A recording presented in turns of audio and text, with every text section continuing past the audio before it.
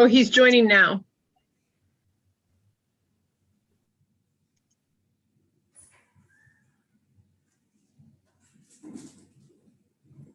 Are we all here? Yes, Howard, we were just waiting for you, and then I just let another someone who's interested in the meeting in. I think we're all here. Good. Hey, Ellen, can you close the door? Can you close it? How you doing, bud? Can you close the door for me first? What? Oh, right now. Come on. Let me see if I can find the agenda. Got so many programs up. Okay, good. It's 3 o'clock, so we might as well start the meeting with a roll call, please. This is the June 1st Architecture Review Board meeting, June 1st, 2021. And Bridget, will you be doing that or? Sure, I can do it. That's fine. Okay, Howard Boyle, here. Dennis Sachs, Here. David Pasista, Here. Bridget Tipton, Here. Kevin Kugel. Here. Okay, great. Now that we're all here, we have just one presentation today, I think, and that's the Garage 108. And whoever's speaking will need to have the oath administered. And I think, Eric, you'll be doing that. Anyone who's testifying, please raise your right hand. Do you swear or affirm the testimony you give before the Architecture Review Board shall be the truth, the whole truth, and nothing but the truth, so help you God? Please say I do. I do. Thank you. Thank you. And so do you want to go ahead and start that presentation? And your name is? Kevin Robinette. Okay, Kevin, thank you. Sorry, my clocks are going off at this point. Of course they are. Yeah, well, that's 3 o'clock. Yeah, well, At least they think it's 3 o'clock, yeah. we're having a stove delivered that was supposed to be done by 2. So I understand. Okay, Kevin, you're I'm happy on. to share that with you. Valerie's asked me to start on her behalf. Okay, great. My name is Kevin Robinette. I'm an architect. I have my own firm in the Cleveland area. A proud graduate at Kent State University, 1979. And Valerie engaged me when she became aware that she would need an architect to prepare construction documents for the renovation of her building. Mhm. I was not involved with her when she planned those things for those items that are coming before the Architectural Review Board, one of which was painting the building. And I did sit in the last meeting. I had recently been engaged at that point. I didn't feel like I was in a position to address the issue to a large degree. And as I listened to the meeting and heard the position of a number of the board members, obviously, Valerie didn't follow protocols for having the color reviewed and discussed and approved prior to implementing it. And there's no other way to address that other than the fact that it's happened. And I fully believe that she was not aware of the need to have that done. The comment was made quite fairly that there was concern that it would set a precedent or allow for the opportunity of folks to ask for forgiveness rather than permission. And fully understand, fully respect that position, wouldn't dispute it for a minute. However, my belief is that that wasn't her motivation. And the best way for this board to address that, we're happy to discuss, and I think Valerie's happy to address. So I do want to discuss that first and foremost. And then secondly, I think, there's reason for a fair evaluation of the color that's been used, how it impacts the 3 buildings, why it evolved in that direction, albeit without the input of this group. And what the context of the three buildings were prior to it being painted. Valerie has put together some existing photos of the conditions of the three buildings so that it can be presented and discussed, and there can be the steps that should have been previously taken today Can you connect? to fairly address the color. And the one comment that I would make prior to starting, and it's a very subjective comment, is that this set of three buildings being in the urban district, they're right on the edge. They are, in my opinion, not distinctive in and of themselves individually. And the approach that Valerie has taken was driven by the idea of branding the three buildings as one, as she has entered into lease agreements with the other two to use the second floor of their space. And that was the motivation that drove the decision to paint these buildings one color, and the other owners agreed to that. And from my standpoint, and obviously I'm advocating on Valerie's behalf, this is a bit of fabric for the downtown district. I don't believe it's a distinctive set of buildings for the downtown district. And the fact that they can stand together as one, I believe should be considered a positive. But obviously that's up to the individual members of the board to discuss. So that said, if Valerie would like to put up the existing photographs and talk about the context of where they started, I'd suggest we go from there.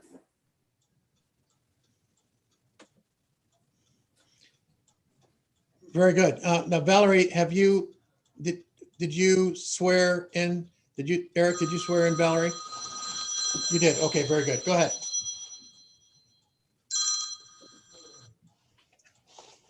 Go ahead, Valerie. Oh, okay. Sorry, I was on mute. All right. So I just took the liberty of putting together a couple of before and after photos that you'll see on your screen. Can you all see my screen?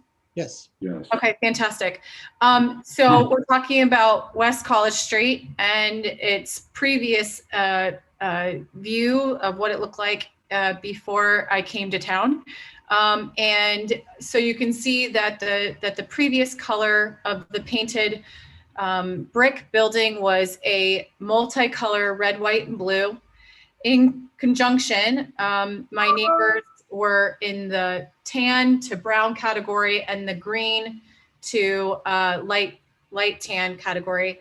And the building had suffered quite an extensive neglect, and the brick was in very poor condition, which we tuck pointed and assisted with that when we painted the building. So you can see kind of just the status of what the existing previous area looked like before we renovated it. There was extensive moss and green mold and structural issues with the brick, as you can see here. And so that was the before. And the backside was not actually much better. Actually had a lot of overgrowth and grown trees and such. And then when we landscaped it and took away all that shrubbery to clean up the block, the initiative to clean up the block looks as such. So you can kind of see now the afters and the stark differences that putting a unified color on this property gave this strip of buildings. If I could add, Valerie, and again, I wasn't involved in the early stages. I believe a portion of the Canadian Club was in fact painted before. Correct. Is that correct? It was my understanding that the bottom portion of this was colored a brown, and then this was a white brick that actually was similar to the top of my brick when I took off the Kent barbell sign.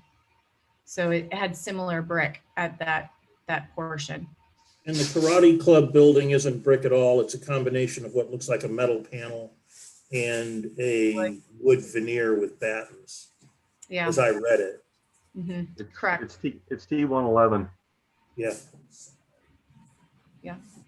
Correct. There's no metal. It's all wood. It's all wood. It's all wood? Okay. Mhm. So the color scheme went with the branding of the dark versus light contrast of the metal gray and the white accent colors that if you look closely, we did a trim, well, not in this photo, but we did a trim in white.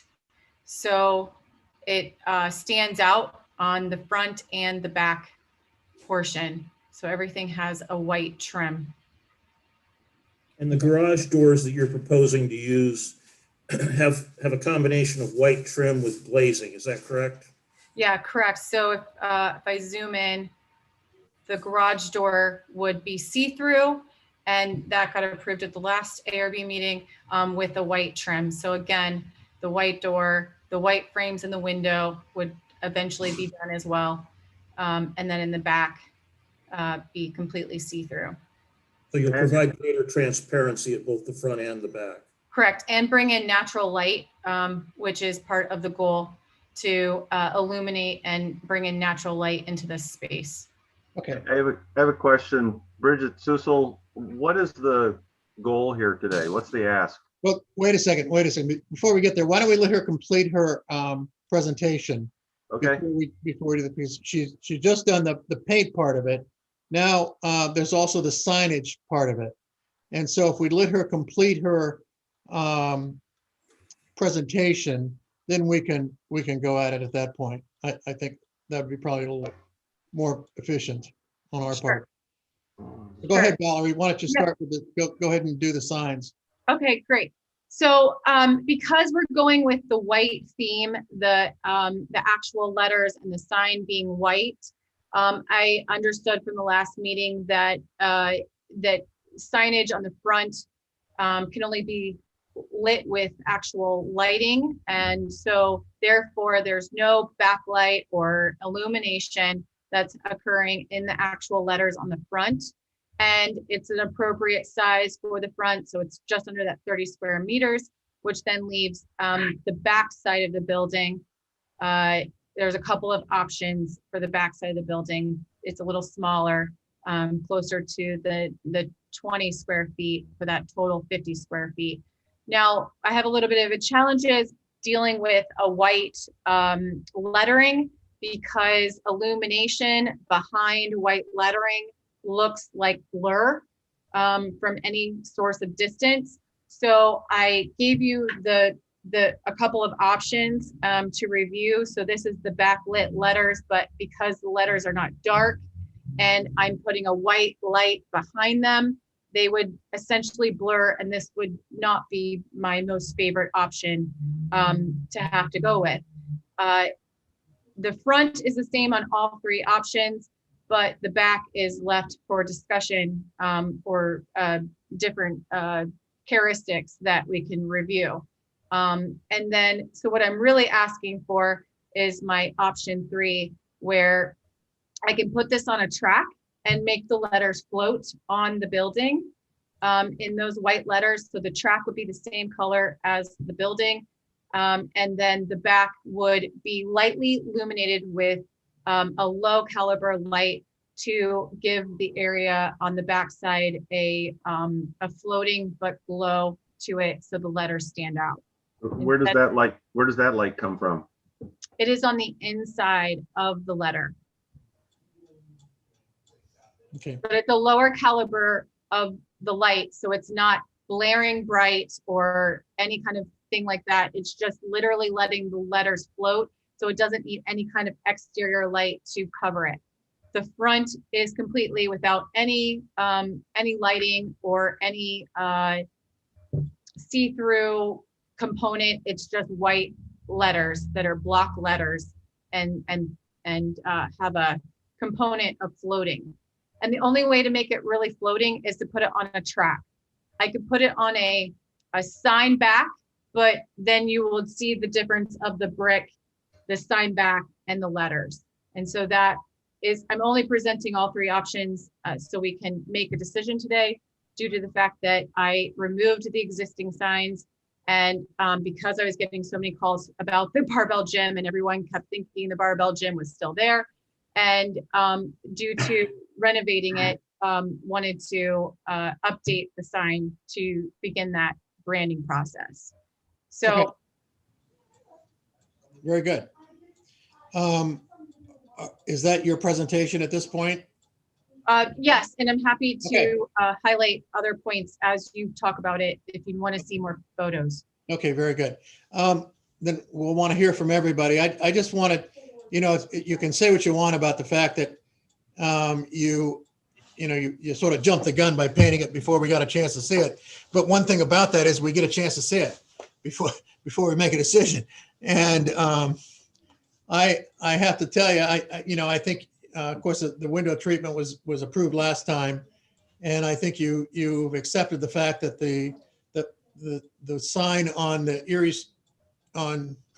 College Street is unlit, and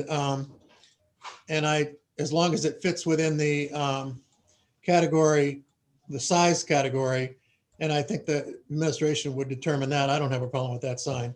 The back side, there was a question as to whether you could put a sign on the back of the building. And Eric, did you determine that that's appropriate or inappropriate?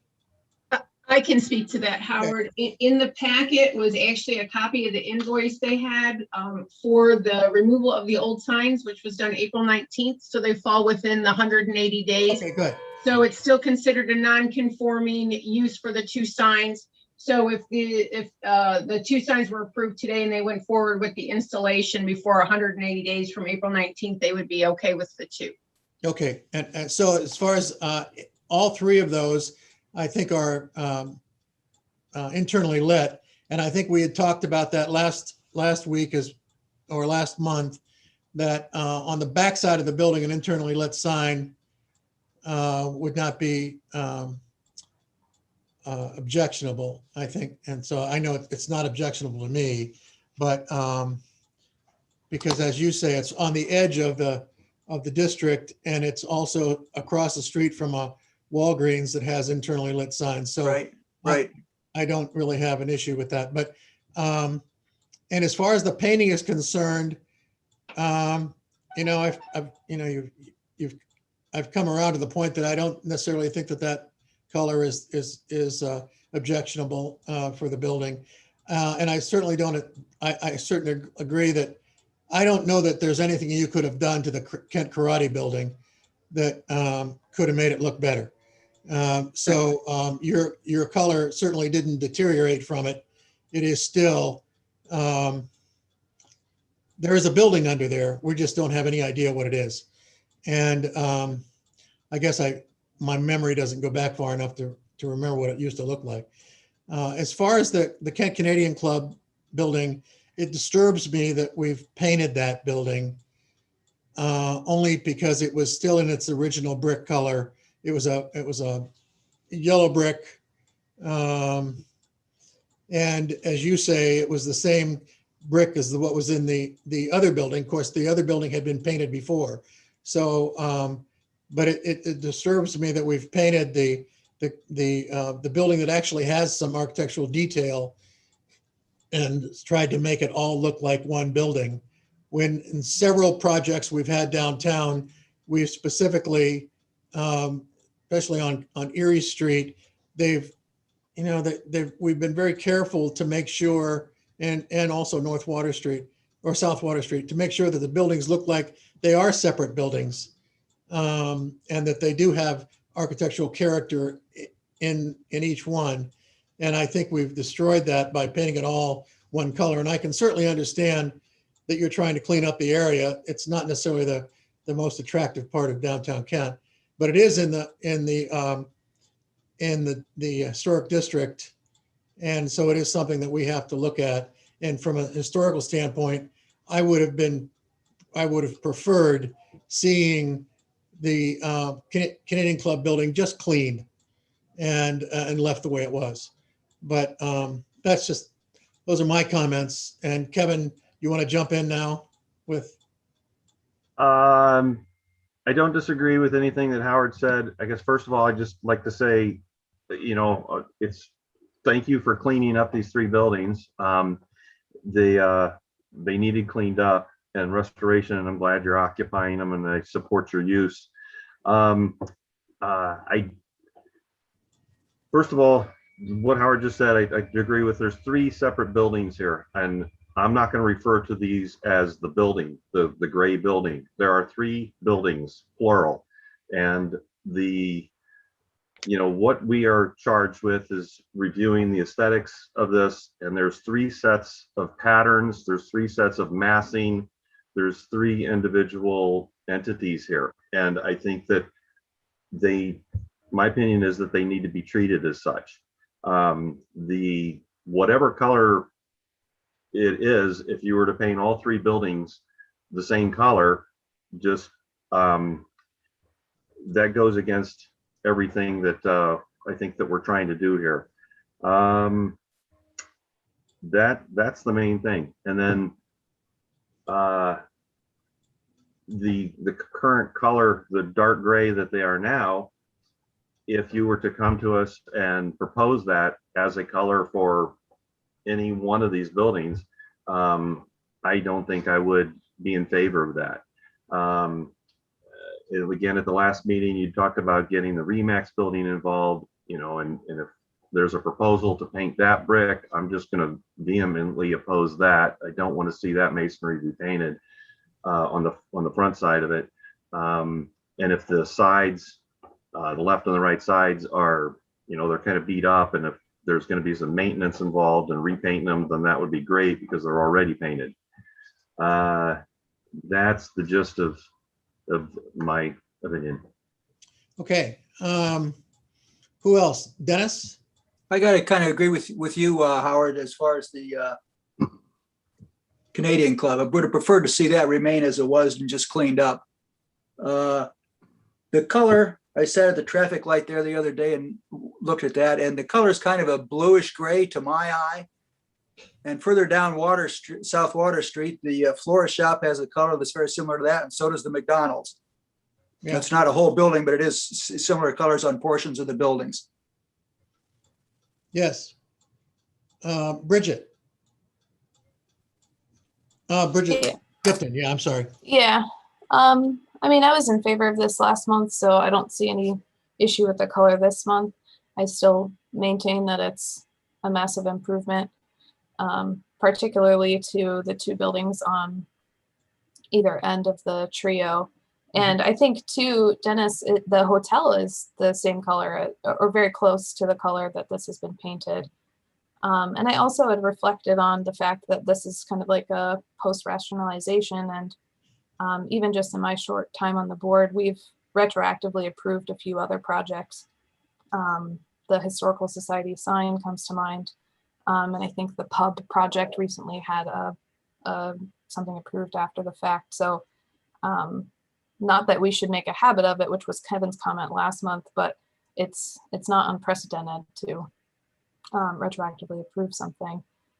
So I'm still in favor of it. As for the signs, I guess we'll maybe comment on that further, but again, the lit sign on the back makes sense. We're on the side that faces Haymaker, and the unlit sign on the smaller street makes sense.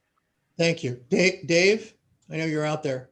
Yeah, I pretty much agree with everyone else's comments. Would have been nice for each building to maintain its identity, but it is definitely an improvement, especially for the Garage 101. Color seems to be fairly common these days with newer buildings, like Dennis said, and also the signage on the backside. Yeah, I agree. I mean, there's no problem with that as far as I'm concerned.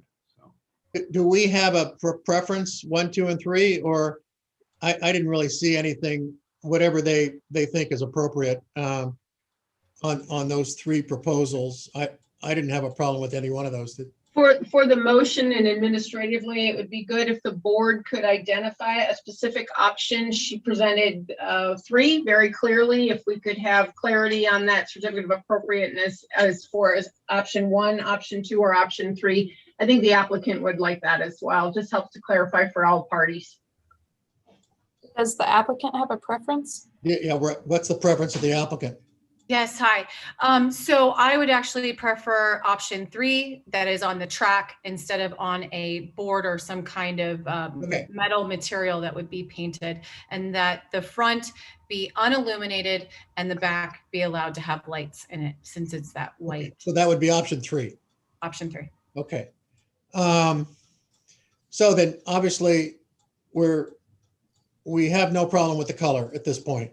No, And you do, and I completely agree. I think if we were, shouldn't. I'm looking at this as if you just came to us. The only advantage I have is the fact that I can see the color, as opposed to just having a, a small section or a mock of it. It's actually there, but as other people have indicated, that's not an unusual color in the downtown, in the city, and also even in the downtown area. So I guess it's sort of grown on me, but we're going to have a certificate of appropriateness, I think, on this, right, Bridget? Correct. And so we're comfortable with option 3 for the sign. And it sounds to me like we have a fairly large amount of people that are okay with the color. My other question is, are we just going to accept the fact that they've painted the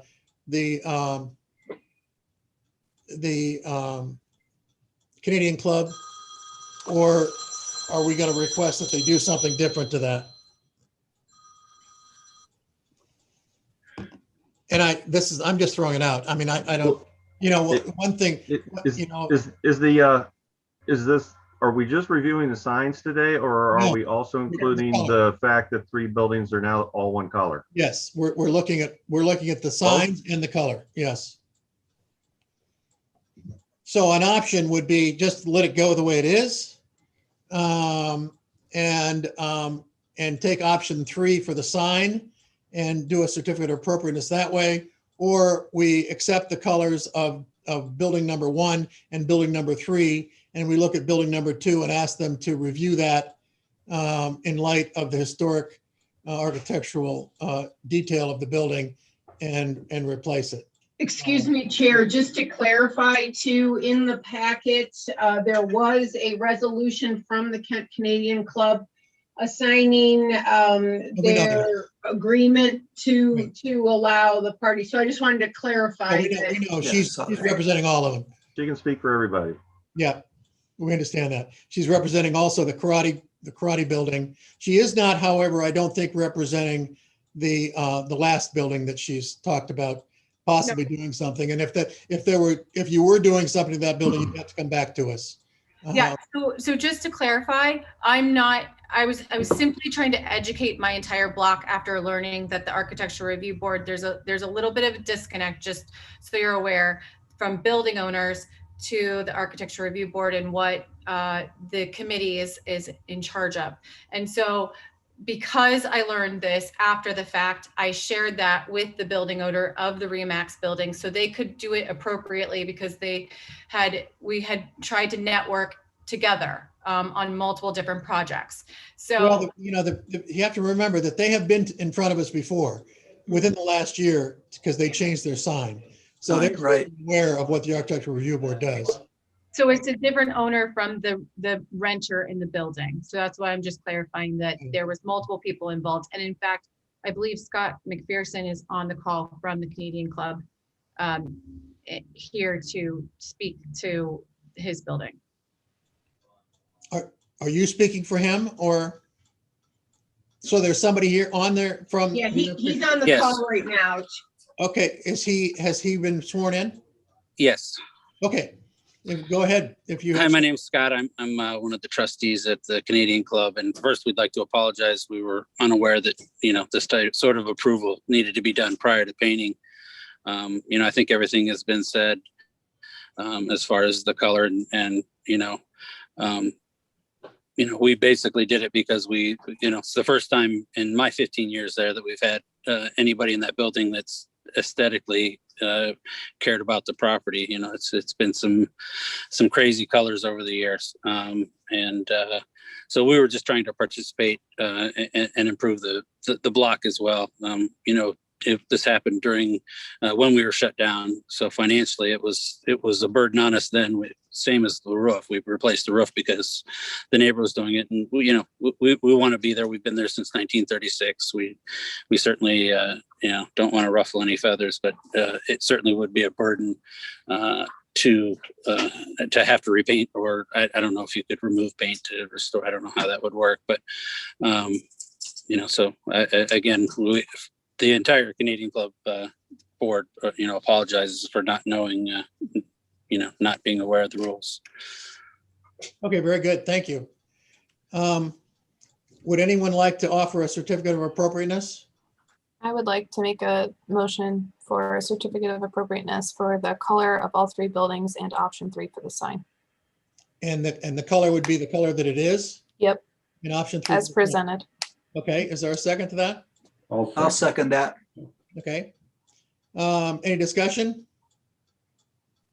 I'm not gonna vote for it.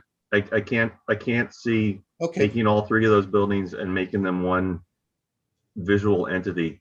There's Okay. 3 different distinct buildings there, and if it doesn't matter what the color is, if we're taking those 3 different sets of 3 buildings and just grouping them all in one lump, that is going against everything that this board is supposed to be doing.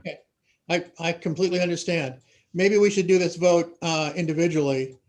And I can sort of see everybody, but I can see them if we can do see a them? roll call. Okay. That'd be good. all in favor of the motion as presented, raise your hand.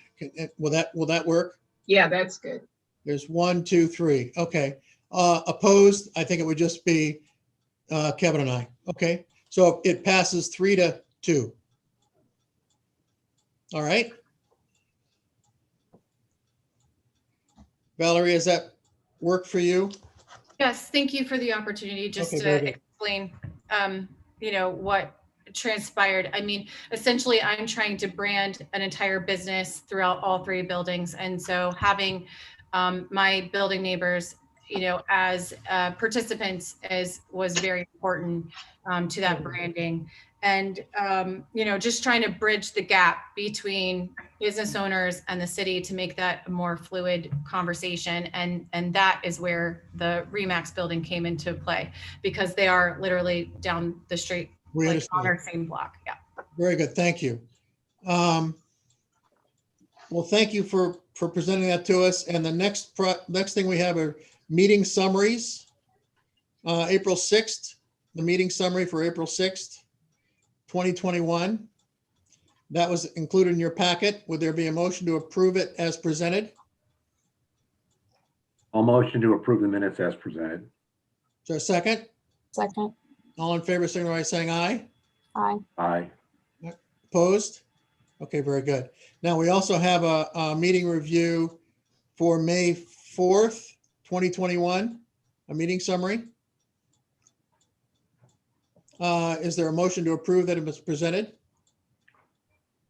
I'll make that motion. Okay, is there a second? I'll second it. All in favor, signify by saying aye. Aye. Aye. Opposed? Okay, very good. Thank you.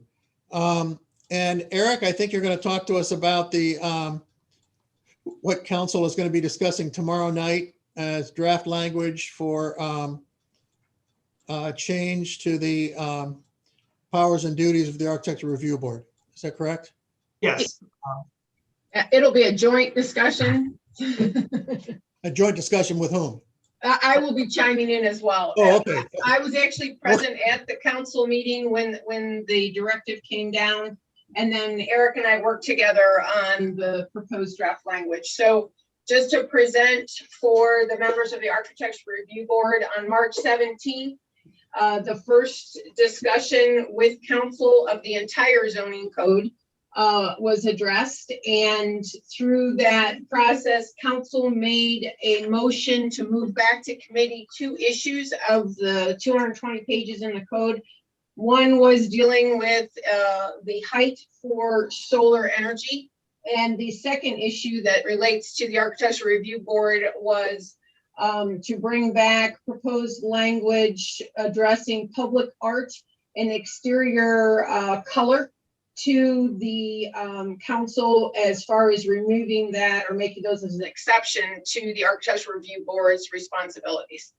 From there, I'm going to turn over to Eric. So looking at this, I mean, first of all, there was some concern that we hadn't presented this to you before, and that's true because the initial draft that we proposed to City Council did not change any of the Architectural Review Board's responsibilities or authority or jurisdiction. It was the same. It was just merely reordered, renumbered, and tried to put into a format that would be more consistent with what we have for the Board of Zoning Appeals and Planning Commission, as we also reformatted their chapters as well and combined them all under one chapter in their new 1111. Eric, can I interrupt right at this point? Because I had a discussion earlier with Howard regarding amendments. And Howard, after we got off the phone, I wanted to mention to you, because there was some discussion in the draft that it was the Architectural Review Board's ability to amend was removed. Just to clarify, I went to the old code and the new code. There's actually 2 sections where the Architectural Review Board has amendment authority. So the first one is basically where they can make recommendations regarding the guidelines themselves. And so Howard, in the new code, so in the old code, that was under the section that dealt with the design guidelines. And in the new code, it's also there. So in other words, there is language that's specific to the guidelines. However, it's addressed with the design guidelines, which is logical. So at any point, the Architectural Review Board can make recommendations to council and to staff regarding amending the guidelines. But then there's another area, as there was in a separate part of our existing code that also is in the new code, that deals with amending the overlay district itself. And that does require that 51% of the property owners, and that includes that overlay recommendation, not only from the ARC board, but for the public, council, or staff. So I just wanted to clarify, Howard, it was in 2 places. Thank you. Eric, I'm going to turn it back over to you now.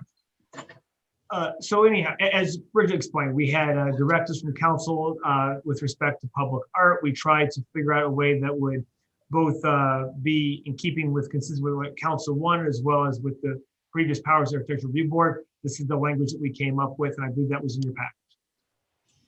Okay. And I hopefully, if you haven't read it, please read it now.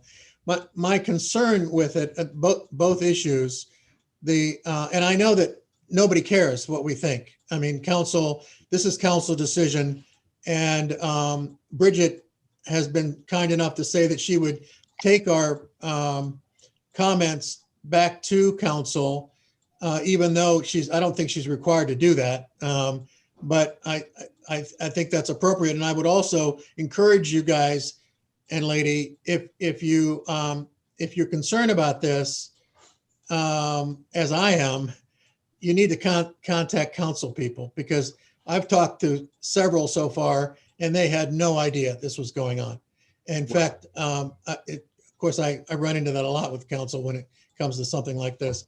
This is, gee, I heard something about that, but I don't know anything about it. And what's, all that kind of stuff. So it would be helpful if you know a councilman to contact them. But my concern about the art, it's not the art itself. I recognize that I'm not an art critic, and I'm on this board because of my interest in his history and my background. However, I am concerned about the architectural integrity of the buildings that the art goes on. And I think you're really looking at 2 different things here. You're looking at the fact that when you talk about public art downtown, you're most likely talking about putting it on an existing building. And someone needs to look at that to determine whether it's appropriate for that building, or whether it's appropriate at that spot on that building.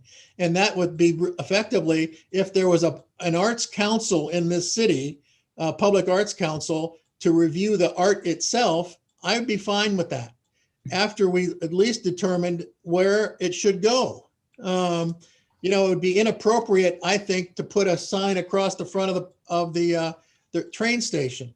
However, you could, if we're not involved in it, who's going to determine whether that's appropriate or not?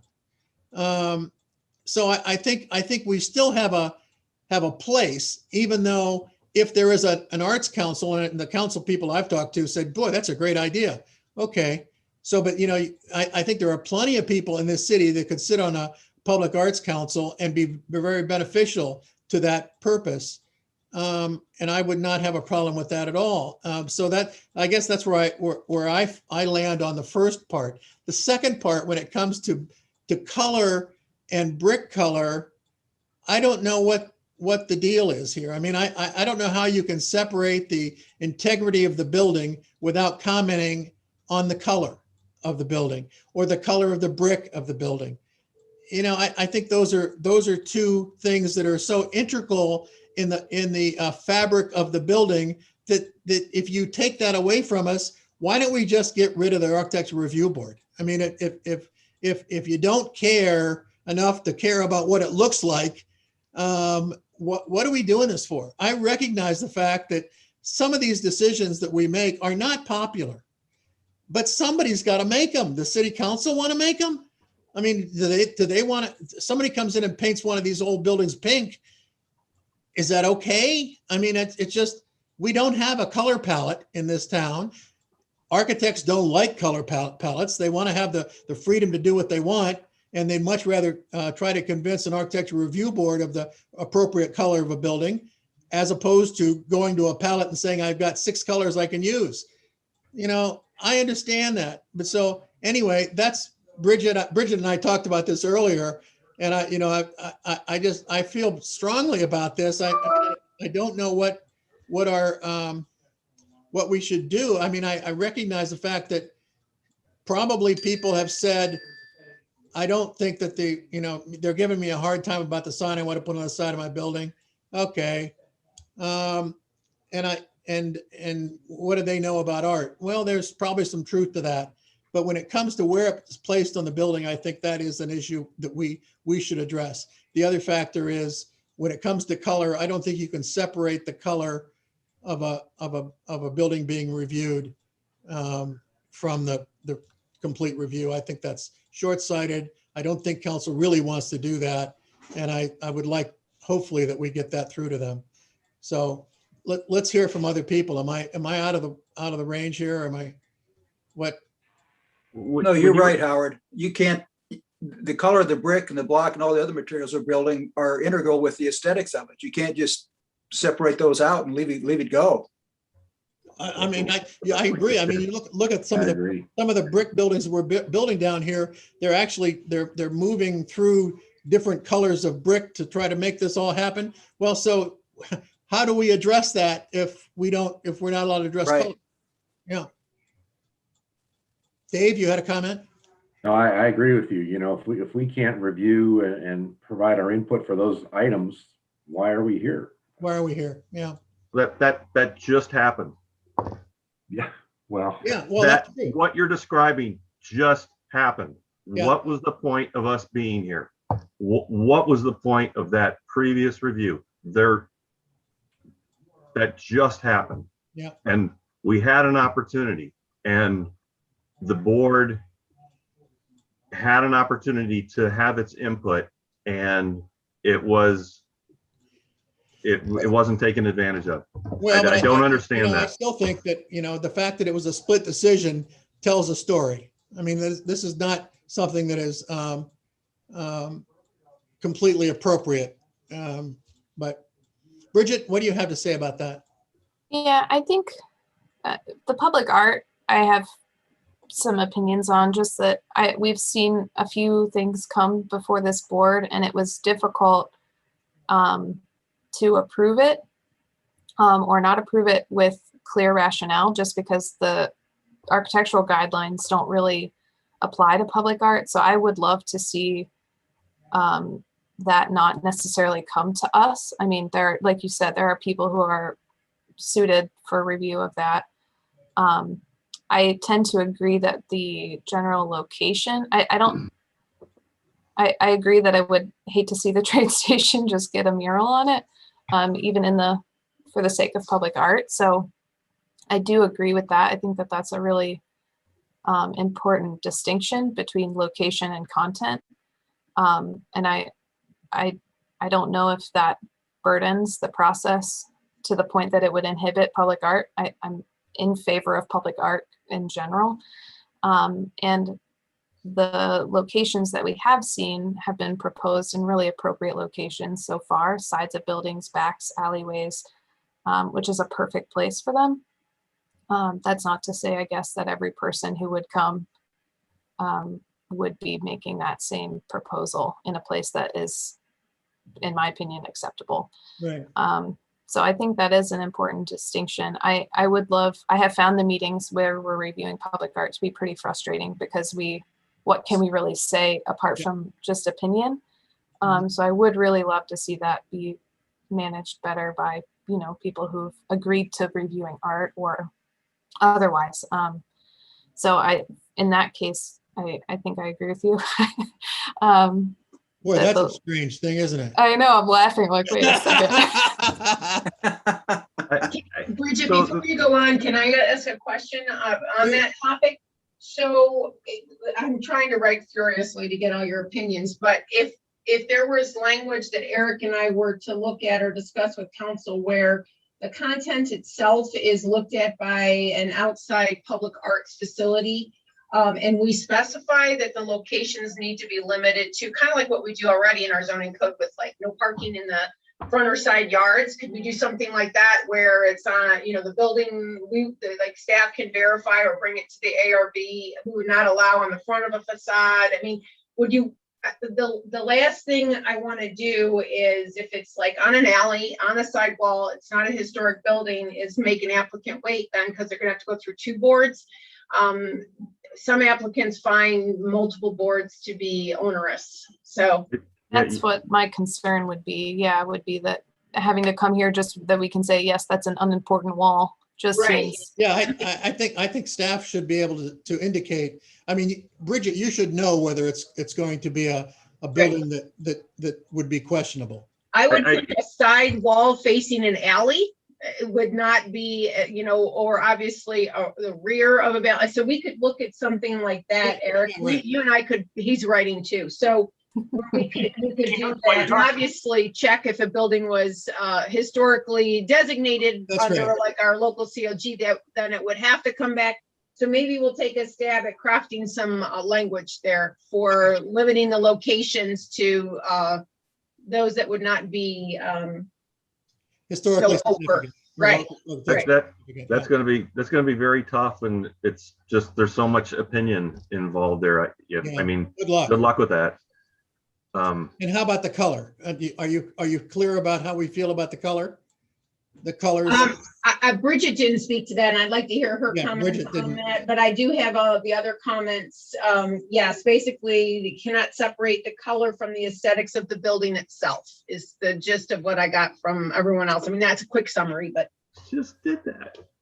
Yeah, I mean, I think to look at the specific case that was just before us versus like a general rule, I think are 2 different things. Like, of course, I agreed with the paint that had just been completed on some buildings that needed some serious maintenance. To say that we don't need to look at that in all cases, I think is extreme.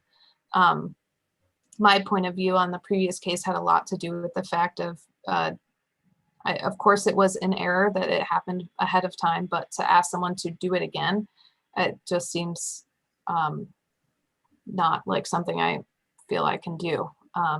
Or that a public board could demand of a property owner. Well, but that, don't look at what we just did as being right. So I'm going to sound like a hypocrite is what this is the groundwork I'm laying. This is the groundwork I'm laying because I agreed with that, but I agree with the general consensus here that material and color are integral.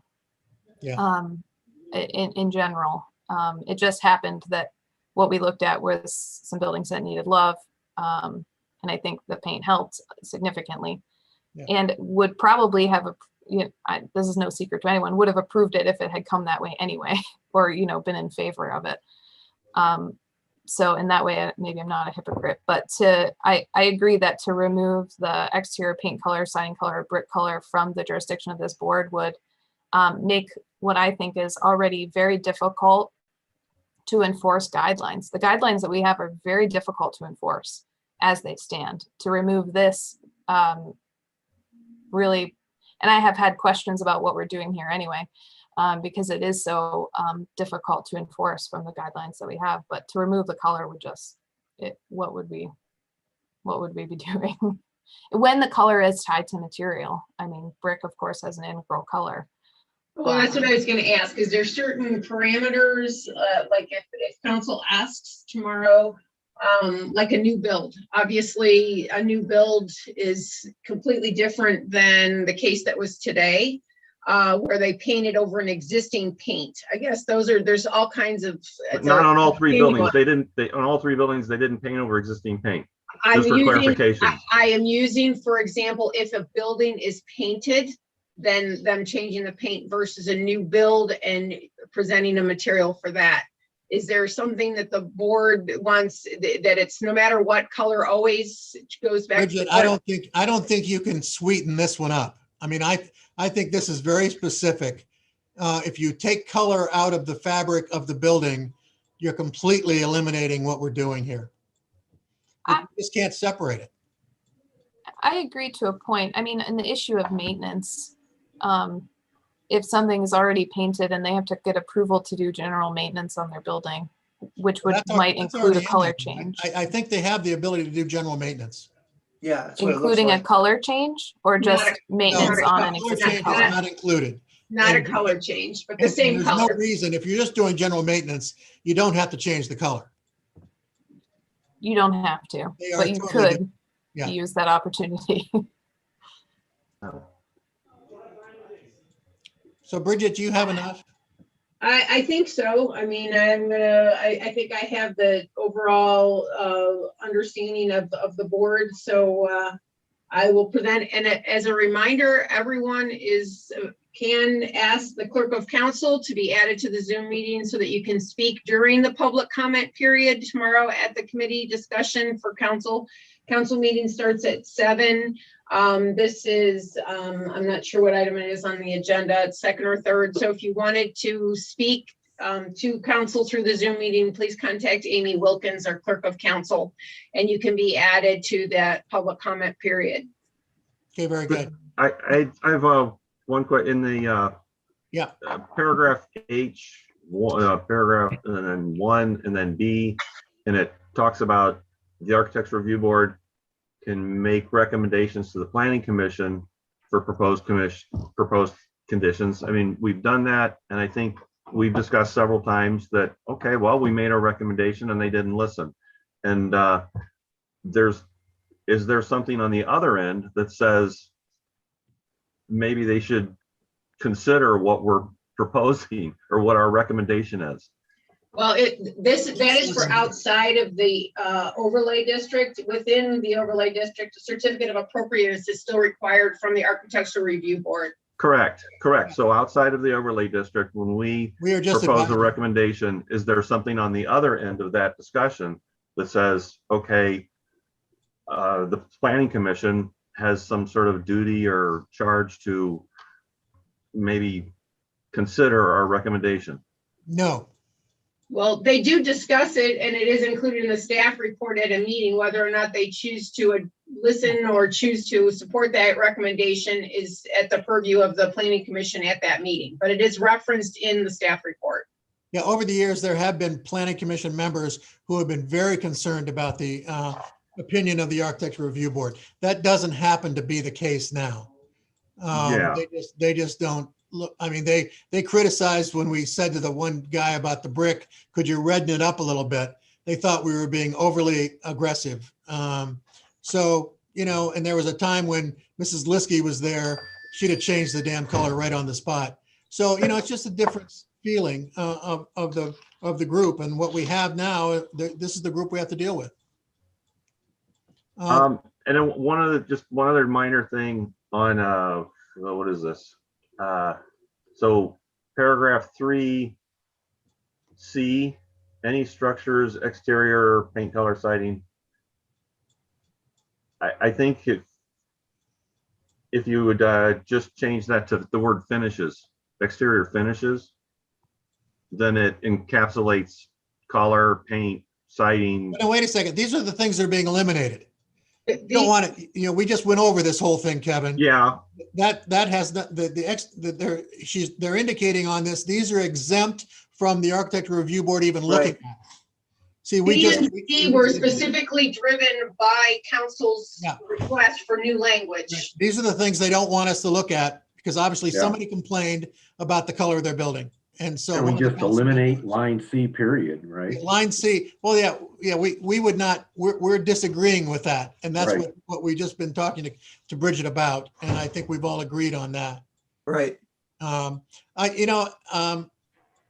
If that's okay with you guys, I mean, I'm comfortable. Bridget understands, I think, the direction we're going, and she should be able to relay that. But I still would say to you, if you have a specific concern, or it would be better for us to contact council members and just tell them how you feel about it. Because I think they're not advocating this necessarily, that this is something that one of the council members suggested we talk about. This is how it ended up coming out. And this is the way they work. And so the staff was requested to draw something up. Now they're going to talk about it. If we don't get our voice heard, this is what's going to happen to the architecture review board. And I think it takes away a lot of what we do, to tell you the truth. And I feel bad about that. Is there any more discussion about that?